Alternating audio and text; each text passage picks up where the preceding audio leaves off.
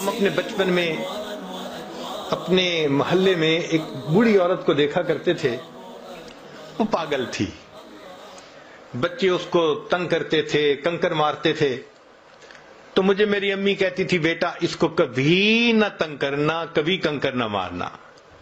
تو میں ہمیشہ کھڑے ہو کے، چھوٹا بچہ تھا، اس کو دیکھا کرتا تھا کہ یہ کیوں ایسے پاگل سی ہے، دیوانی سی ہے۔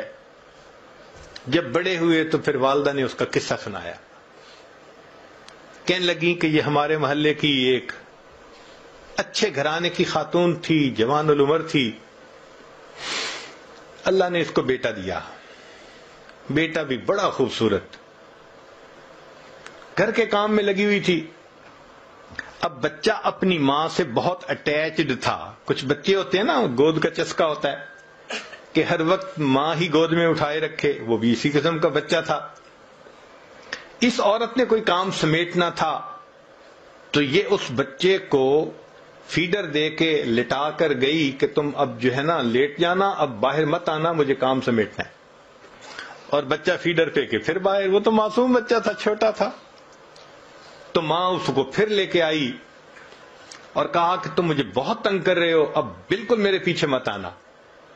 بچہ پھر آ گیا، اب اس کو غصہ آ گیا اور غصہ کنٹرول نہ ہوا تو یہ بچے پہ برسنے لگی، اس کو بہت سخت سخت کہا، میں تجھے سلا کے آئی تھی، کیوں میرے پیچھے آ گیا، تنگ کرتا ہے مجھے، سویا سو ہی جاتا تو اچھا تھا۔ جب اس نے یہ الفاظ کہہ دیے نا کہ تو سویا سو ہی جاتا تو اچھا تھا، اللہ کی پکڑ آ گئی۔ مگر اللہ نے اس وقت اس کے بیٹے کو موت نہیں دی، دعا قبول کر لی کہ یہ بد دعا تمہاری زبان سے نکلی نا بیٹے کے بارے میں، غصے میں آ کے، اس کو تو ہم قبول کر لیتے ہیں، ابھی اس کو موت نہیں دیتے۔ اب وہ بچہ بڑا ہوا، لکھا پڑھا، وہ اسکول کا سب سے انٹیلیجنٹ بچہ، وہ کالج میں اسکالرشپ پانے والا بچہ۔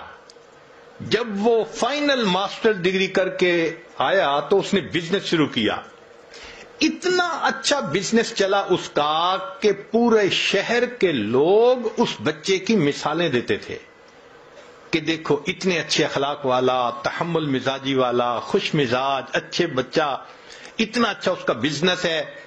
لوگ اس کی شکل دیکھتے تھے، تمنا کرتے تھے کہ میری بیٹی کا رشتہ اس سے ہو جائے، بہن کا رشتہ اس سے ہو جائے۔ وہ ایسا نوجوان بچہ تھا۔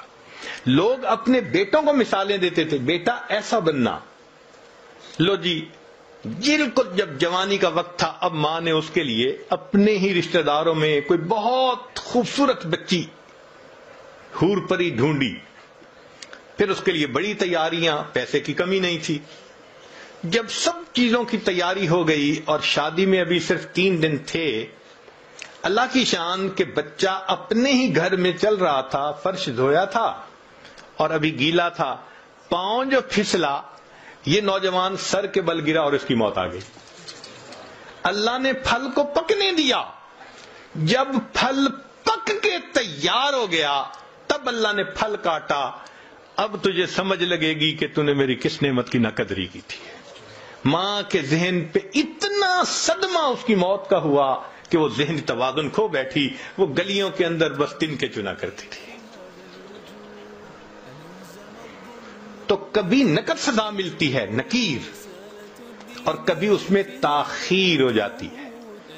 آج بہنیں چھوٹی چھوٹی بات پہ بھائیوں کو بد دعائیں دے دیتی ہیں اور پھر بڑے ہو کے انہی کے لیے پھر بیٹھی رو رہی ہوتی ہیں، حضرت میرے بھائی کے لیے دعا کریں وہ نیک بن جائے، میرے بھائی کے لیے دعا کریں اس کی شادی کی زندگی میں مشکلات ہیں۔ اللہ اکبر، لا الہ الا اللہ۔